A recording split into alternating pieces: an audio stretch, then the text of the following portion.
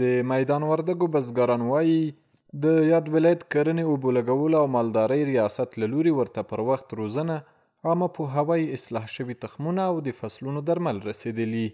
د زراعت چې هغه څه وس و توان ورسره یې هغه موږ سره هر شی چې که کورسو په بخش کې، که د دوا په بخش کې، که د تخمو اصلاح شوي تخمو په بخش کې موږ سره همکاري کړې.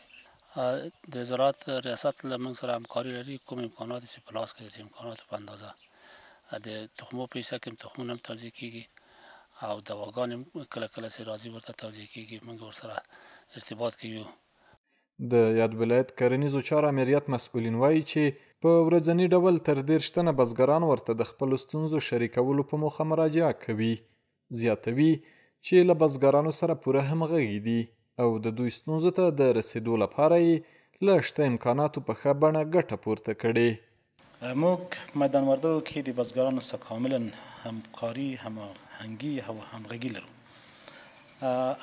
په اوسط ډول زموږ دفتر ته په میدان وردګو کې د کرنیزو چارو امریت ته د 20 نه تر 30 کسانو پورې بزګران مراجعه کوي د خپلو مشکلاتو د حل لپاره، د خپلو امراضو او آفاتو په باغونو کې د امراضو او آفاتو، په مزرعو کې د امراضو او آفاتو د دفع او په تخنیکی برخه کې د همکارۍ په موخه.